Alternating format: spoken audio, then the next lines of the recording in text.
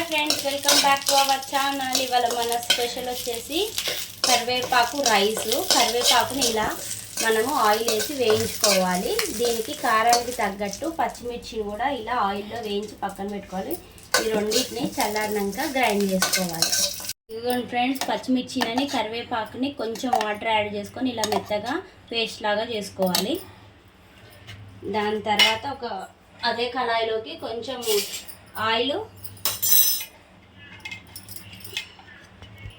కొంచెం నెయ్యి, oil heat ఎక్కినాక పల్లీల్ని వేయించుకొని పక్కకు పెట్టుకోవాలి. ఎందుకంటే మనం అన్నంలోకి వేసుకుంటే మెత్తబడుతుంది. వీటిని తీసి పక్కన పెట్టుకున్నాక మొత్తం రైస్ అయిపోయాక దాని మీద వేసుకుంటే కరకరలాడుతాయి.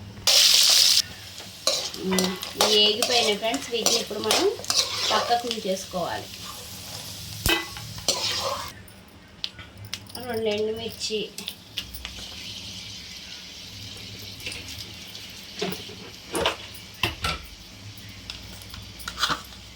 జీలకర్ర,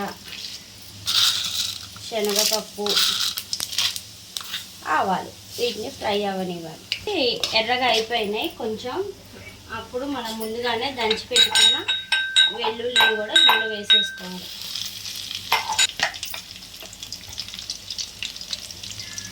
కొంచెం పసుపు.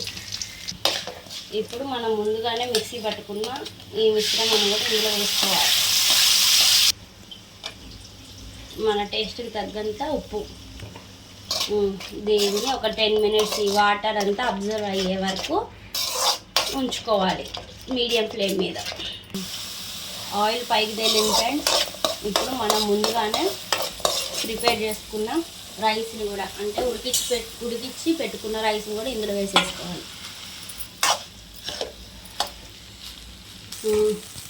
ఈ కరివేపాకు రైస్ అయిపోయింది. ఇప్పుడు మనం ముందుగానే వేయించి పెట్టుకున్న పల్లీలు కూడా అందులో వేసేసుకోవాలి.